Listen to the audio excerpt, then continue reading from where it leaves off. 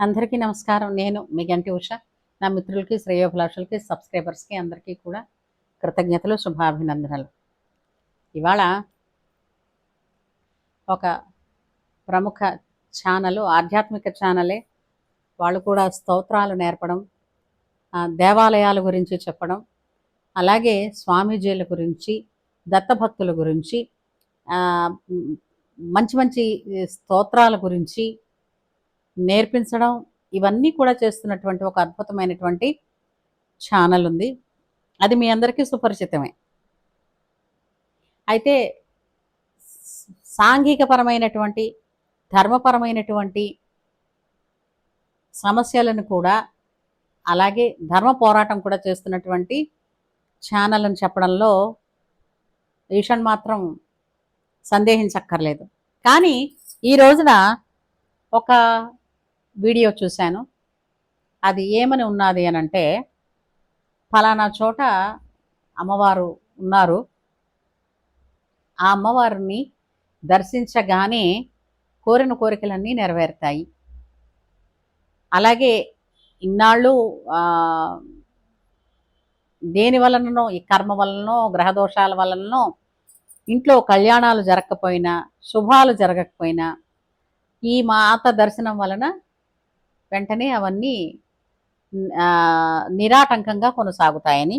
అంతేకాకుండా ఒకవేళ అంత దూరం వెళ్ళలేని వాళ్ళైతే ఆ దేవాలయాలకి అభిషేకానికి కానీ, తమ గోత్రనామాదులతోటి పూజ జరిపించినా కూడా వాళ్ళకి అటువంటి ఫలితమే వస్తుందన్నటువంటి చెబుతూ ఆ దేవాలయం తాలూకు ఫోన్ నెంబరు, వాళ్ళ అకౌంట్ నెంబర్లు అవన్నీ కూడా ఇచ్చారు. దేవాలయాలలో మహిమ, మహత్యం ఉన్నాయి. అలాగే సనాతన ధర్మానికి ఆయువు పట్టులే ఈ దేవాలయాలు. అది కూడా 100% నిర్వివాదాంశమైనటువంటి అంశం. కరెక్ట్. అయితే ఒక విషయం చెప్తానండి. ఇప్పుడు ప్రముఖుల నోటి నుంచి వస్తున్న విషయం ఏదైనా సరే ఎవరైనా ఫాలో అవ్వాలన్న పరిస్థితిలోనే ఉంటారు, ఫాలో అవ్వడానికే ప్రయత్నం చేస్తారు. ఆదిశంకరుల వారు ఒకప్పుడు కాశీ విశ్వేశ్వరుని దర్శనం కూడా అయిన తర్వాత కాశీ విశ్వేశ్వరు స్తోత్రం చేస్తూ ఆయన అనుకున్నారట,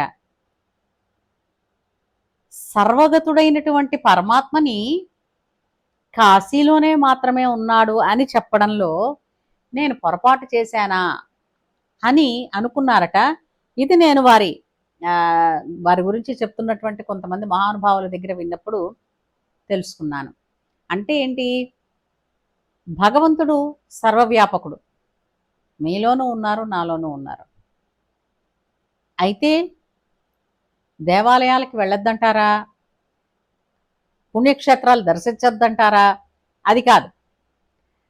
అయితే పుణ్యక్షేత్రాల కోసం, పుణ్యకార్యాల కోసం, తీర్థయాటన కోసం అప్పో సొప్పో చేసి, లేదా మరేదో తాకట్టు పెట్టి, లేదంటే ఇంకేదో ఎవరినో ఇబ్బంది పెట్టి దర్శనం చేసుకోండని ఏ ధర్మశాస్త్రంలోనూ చెప్పలేదు.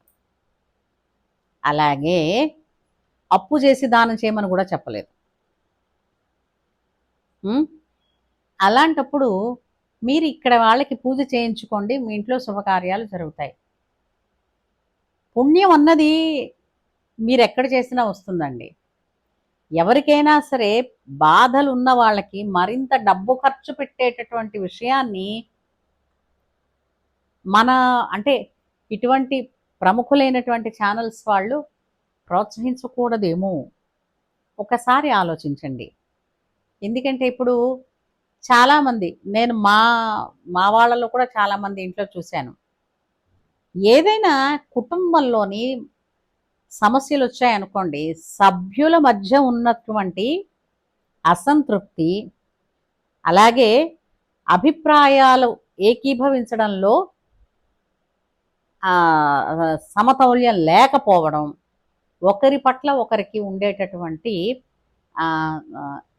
దాన్ని ఏమిటంటారు, మ్యూచువల్గా ట్రస్ట్ ఉండకపోవడం వలన ఒక అసంతృప్తి అన్నది ఒక అగ్నిగుండంలా రేగి అది ఎన్నో రకాల సమస్యల్ని తెచ్చిపెడుతూ ఉంటుంది. ఇవి ముందు మానుకోవాలి. అక్కడ పూజ చేస్తే ఇక్కడ ఇంట్లో మార్పు వస్తుందా? రావచ్చుగాక, కానీ అది ఎంత పర్సెంట్? దేవతా వస్త్రాల కథలాగే ఉంటుంది. ధర్మ పరివర్తన కలగాలండి. ధర్మం పరివర్తించడం అంటే ఏమిటి? ఇక్కడ మీరు చెయ్యవలసిన కర్తవ్యం ఏదైతే ఉందో అది చేస్తూ ఉంటే ఆ ఏ కర్మనైతే మీరు ఆచరించారో ఆ కర్మ తాలూకు రిఫ్లెక్షన్ మళ్ళా మన జీవితాల మీద, మన పిల్లల జీవితాల మీద ఖచ్చితంగా ఉండి తీరుతుంది. మీరు ఉన్న చోట నుంచే మీరు ఏ ఏ మనసులో స్తోత్రం చేసినా తలుచుకున్న భాష రాలేదండి, తలుచుకుంటాను అమ్మవారు అన్నది కరుణించదా? ఇప్పుడు మన అమ్మే ఉన్నారు, మాట రాని మోగపిల్ల అమ్మాని పిలవలేదు, అమ్మాని పిలవకపోతే తిండి పెట్టదా? తన అవసరాలు ఏంటో చూడదా? ఎంతవరకు అమ్మ మనని విడిచిపెట్టదు? మనకంటూ కుటుంబంలో ఒక ఒక ఒక పాత్ర ఇచ్చినందుకు ఆ పాత్ర పట్ల మనం నిష్పక్షపాతంగా ధర్మాన్ని నిర్వర్తిస్తున్నంతసేపు కూడా మనం అడిగినా అడక్కపోయినా, చేసినా చెయ్యకపోయినా మనకి అమ్మవారు కానీ అయ్యవారు కానీ పరమాత్మ తాలూకు రక్షణ ఎప్పుడూ ఉంటుంది అన్నది నిస్సందేహం. ఇది ఎంతోమంది పెద్దలు తమ పురాణాలలో కూడా చెప్పారు. నీ కర్తవ్యాన్ని నువ్వు నిర్వర్తించు. కృష్ణ పరమాత్ముడే చెప్పాడు కదమ్మా. నీ శక్తి వంచన లేకుండా నువ్వు ధర్మంగా ఉంటూ నీ పని నువ్వు చేస్తే, నువ్వు వద్దన్నా, నీకు తెలిసినా తెలియకపోయినా, అడిగినా అడగకపోయినా భగవంతుడి తాలూకు అనుగ్రహం, సహాయం నీకు అంది తీరుతుంది. అదే బంగారానికి మెరుగు పెట్టినట్టుగా నీవు ధర్మంగా ఉంటూ శక్తి వంచన లేకుండా నీ కర్తవ్యాన్ని నిర్వర్తిస్తూ భగవత్ స్తోత్రం కూడా నువ్వు చేసుకున్నావు అనుకో, అప్పుడు ఖచ్చితంగా ఇంకా 100% కాదు 1000% నీకు భగవంతుడి నుంచి రక్షణ కలిగి తీరి భగవంతుడి అనుగ్రహం ఎప్పుడు మన పట్ల ఉంటుంది అన్నది కదూ చెప్పాడు ఆయన. ఇప్పుడు చాలామంది అనుకుంటారు సమస్య లేని వాళ్ళు ఎవరండి? భూమి మీద సమస్యలు అందరి ఇళ్లలోనూ ఉన్నాయి. ఏదో రకమైనటువంటి సమస్య. అయితే ఆ సమస్యలన్నిటికీ ఏదో గుడికి వెళ్ళి మీరు కట్టేయండి, మీరు డబ్బులు పంపించేయండి, డబ్బులు పంపించేస్తే పనులు అయిపోతాయండి.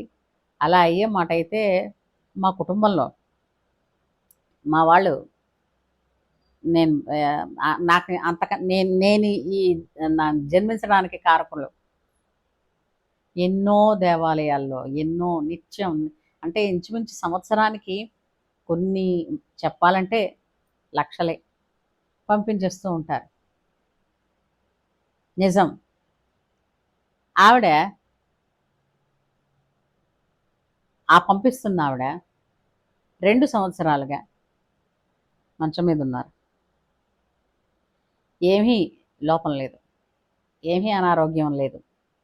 కేవలం ఒకప్పుడు చిన్న కాలు బెణికితే రెస్ట్ తీసుకోమని 6 వారాలు డాక్టర్ చెప్తే ఇంకక్కడి నుంచి అలాగే కూర్చుని నేను లేవలేను, నేను నడవలేను అని చెప్పడం వలన ఇదిగో ఈ శని ఈ వదిలేస్తే నడిచేస్తాను, ఇదిగో ఈ రాశికి ఈ